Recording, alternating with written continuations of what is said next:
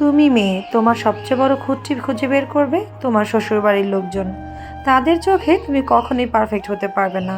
তুমি একটু বেশি বুঝলে দোষ, তোমার কথায় তাদের কথা ফিরিয়ে দিলে বলবে বেয়াদব।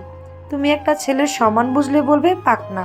তোমার গায়ের রঙের কিংবা শরীরের আকৃতির কথা, তোমার বাবার সম্পত্তি কত আছে তার গণনা, তোমার বাবার বিয়ের সময় কি দিয়েছিল তার বর্ণনা, এবং তাদের ভাগ্য কতটা খারাপ যে তোমার মতো বউ এসেছিল বলে তার জাজমেন্ট তোমার শ্বশুরবাড়ির লোকেরাই করবে। তোমাকে মোটেও কষ্ট করে চিন্তা করতে হবে না এই বিষয়ে। এই ধাক্কা খেয়েও যদি চুপ করে থাকো, তবে কেচোর মতো মেরুদণ্ড না থাকে, তবেই তুমি ভালো বউ হতে পারবে। আর না হয় সর্বনাশ, তুমি মেয়ে হয়েও মানুষ হতে পারলে না। এইটা একটা সরাসরি তোমার গায়ে চাপিয়ে দেবে তারা। স্বামী বেচারা যদি তোমাকে পছন্দ করে বিয়ে করেও থাকে, তবুও সে ম্যানুপুলেট হয়ে যাবে। আরে বোন, এত নেগেটিভ মন্তব্যে কখনোই কোনো মানুষ পজিটিভ থাকতে পারে না, মোটেও না।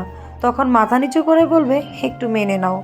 বাংলাদেশের অধিকাংশ মেয়ের শাশুড়ির চাহিদা থাকে একজন স্মার্ট, দেখতে সুন্দর, শিক্ষিত, লাজুক, ধনী পরিবার থেকে আসা, ঘরের কাজে পারদর্শী কাজের বুয়া, যে সব রান্না করতে পারবে, সংসার সামলাতে পারবে এবং ননদ দেবরদের জন্য নিবেদিত প্রাণ থাকবে। এই যে শাশুড়ি আম্মারা 25 বছর সংসার সামলালো, তুমি আসার পরপরই তার পেনশন পাক্কা। যেই ঘরে ঢুকলে সেই তার মনে হতে থাকবে এই মেয়ে আমার কপি হবে, নতুবা রিজেক্ট। তার আর তখন সংসারে কাজ করার মন থাকবে না, কিন্তু মাতব্বরি করার মন ঠিকই থাকবে। অথচ একটা মেয়ে যে কোনো কিছু না জেনে না বুঝে প্রচণ্ড আদুরে মানুষ হয়ে আসলো এই সংসারে, আর এই সংসারের কুরুক্ষেত্রে তাকে কে শেখাতে আসবে বলো তো?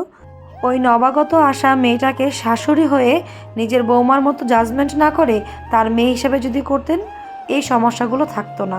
কথায় কথায় বাবার বাড়ি থেকে কি শিখে এসেছো না বলে তাকে শ্বশুর বাড়ি থেকে ভালোবাসা দিয়ে শেখানো হয়, তবে কখনোই মনে হবে না একজন মেয়ের অ্যাডজাস্ট করতে না পারার কথা। ভালোবাসা হলো বিনিয়োগ, একবার করলে লাভ সহ ফেরত আসে। যদি ফল পেতেই চান তবে বিনিয়োগ শিখেন, বিনিয়োগ করেন, দুই পক্ষেরই বিনিয়োগ প্রয়োজন, তবে সংসার সুন্দর হবে।